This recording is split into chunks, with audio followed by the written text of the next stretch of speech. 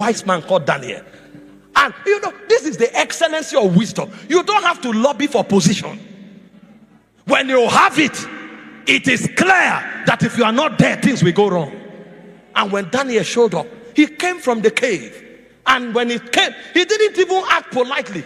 He said, you, the Lord exalted you, gave you a kingdom that spans from one end of the earth to another. You now think you are wise.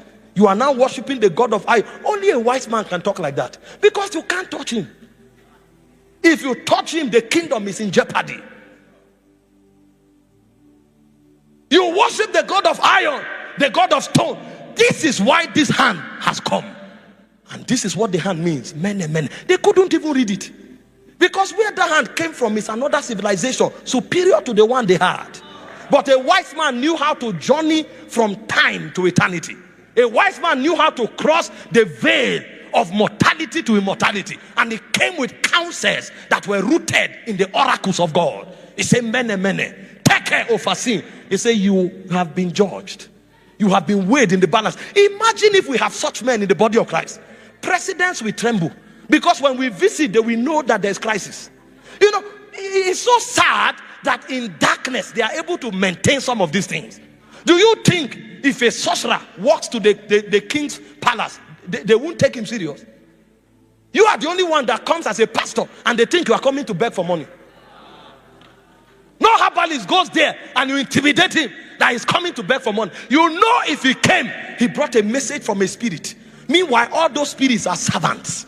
We worship the Ancient of Days. We worship the I am that I am. We worship the creator of the ends of the earth. Every other spirit is subordinate to our God, yet our representation is mundane. No wonder I say I've seen an abomination on the face of the earth. He said beggars are riding on horses while princes are trekking.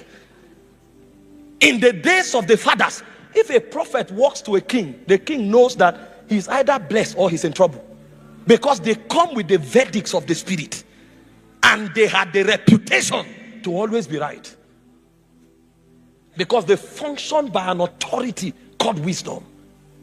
Our parliament is crying for wise men. Our nations are crying for wise men. Our civilization is crying for wise men. Men who can look at the crisis of society, diagnose it, and give prescriptions that will change things. Christianity is not just about singing in church. It's about raising wise men, sending them into society to shape society until God can be seen in our territories. But it will take the weapon of wisdom for that to happen. Where are the wise men? Egypt was about to crash, and suddenly the butler remembered that there's a wise man in prison. He didn't come out of the prison because they liked him. He came out of the prison because he has a commodity that you can't do without. And when the guy came, does it not shock you that they didn't need to read? He came, he looked at the king. He said, this is the dream that you have had. There will be 7 years of abundance. But be careful. After that 7 years of abundance, there will be 7 years of famine. Now, if you will be saved, you have to store 1/5 of everything you produce in the first 7 years. Otherwise, your nation will crash. And the king looked at him. He said, inasmuch as God has revealed this thing to you, he said, there's no one in your class. He said, therefore, take over. According to thy word shall the nation be ruled. We don't beg for position in this kingdom. We rise by wisdom.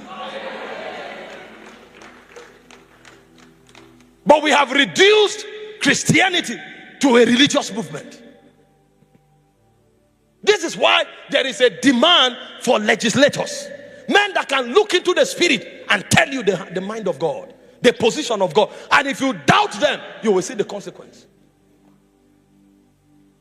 Legislators are wise men.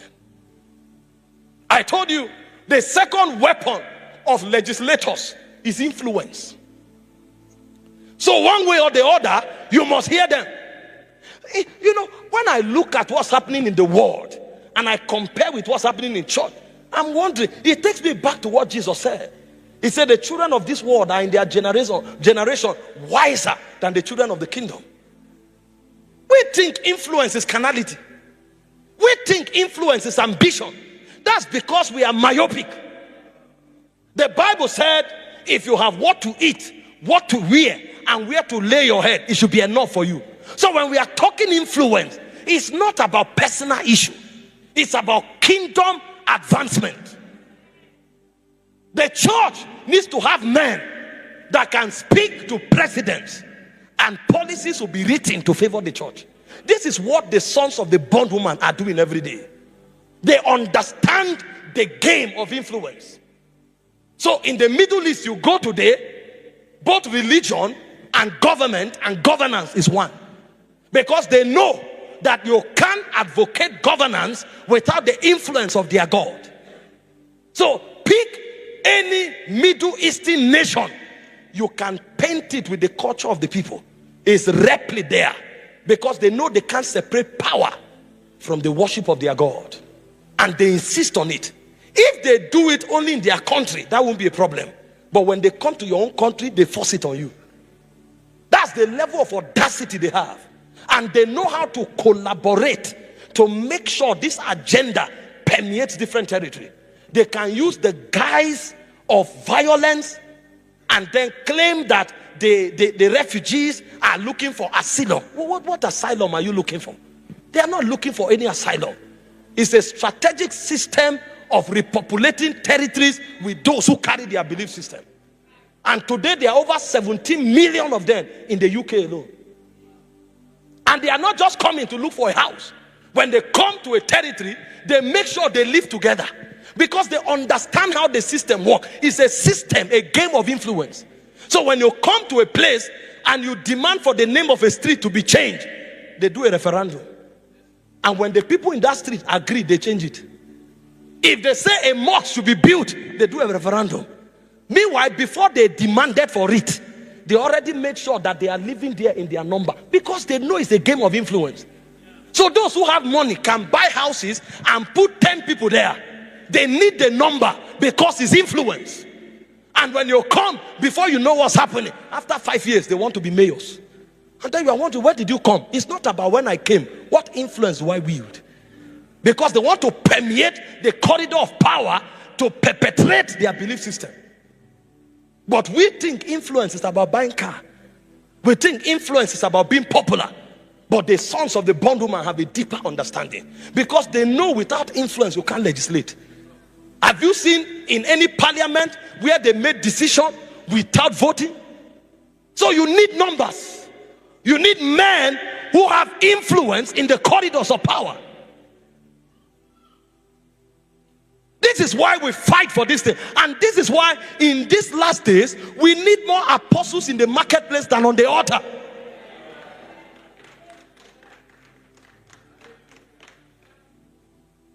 You check your nation today. Most of the decisions they took, all you could do was to protest on the street, because you don't have the number where it matters. If you have the number where it matters, you won't need to go to the street. I tell my people, the way influence works is that influence makes up for number.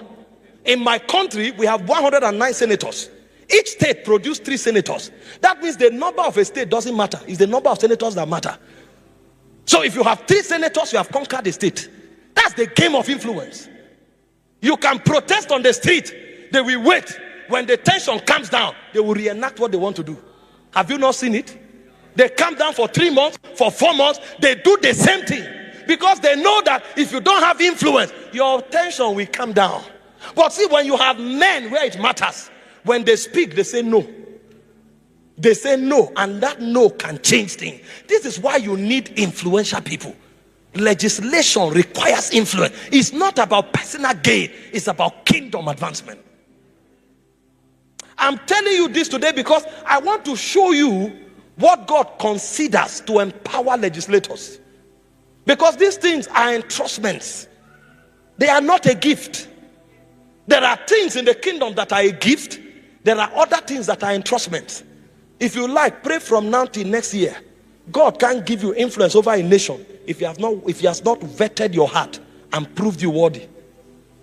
So there are things that are a gift. There are other things that are an entrustment. I want to show you tonight the things that makes immortals to rejoice. The things that makes immortals to be favorably predisposed towards men, so that they can put weapons on their lives. That's my burden tonight. But you need to understand the veracity of the things we talk about here. COVID came. They say church is non-essential. And I asked myself, who were the ones who made those decisions? It dawned on me that although our number is much, but we don't have men of influence. For government of nations to come to the conclusion that church is non-essential, as far as they are concerned, hospital is more important than church. If you like, argue. It takes influence to change it. We didn't have men to say it's not possible. If hospital will be open, church should be open. We didn't have men. And they can wake up today and tell you that your worship has become a noise. You think you are in Kenya, you think it's impossible.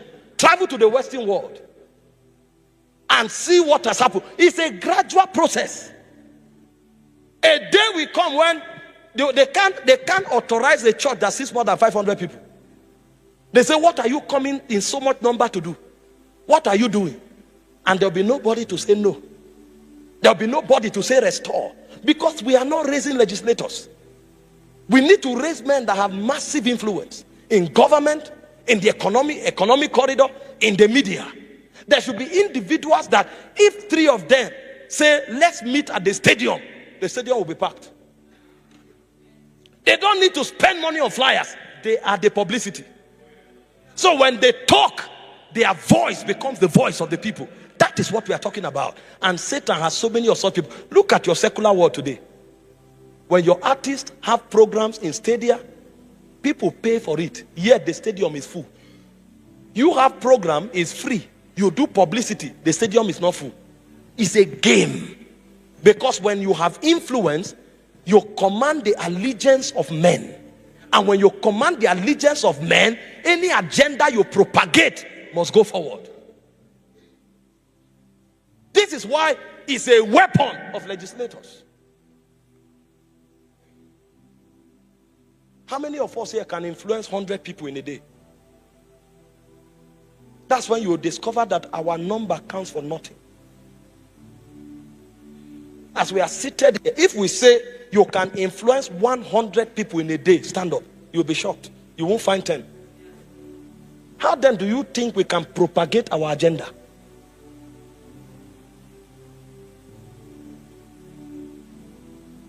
So when they are counting us, they are still counting individuals. But in darkness, they don't count individuals. They count constituencies. Because every individual has rank. And his rank reveals the number of people he has influence over. So they can count some people, they are equal to a city. And that's the plan God has. He said, you are a city set upon a hill. So as far as Jesus is concerned, when 10 of us sit down, it should be 10 cities. So when he's talking to 10 of us, he knows he's talking to 10 cities. If 20 of us sit down, it's 20 cities. If 30 of us sit down, it's 30 cities. Then there are those who are nations.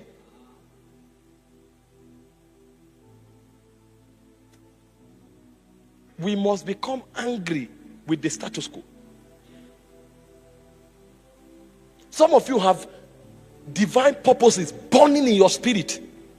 And you have pushed it for 5 years. But in 5 years, only 100 people have heard it. What you carry, if 1 million people were to hear it, Kenya will be delivered. But there's no influence. And those who have influence don't understand kingdom collaboration. All of us are fighting for our platform. We don't know that there's a corporate agenda that is superior to our individual ambitions.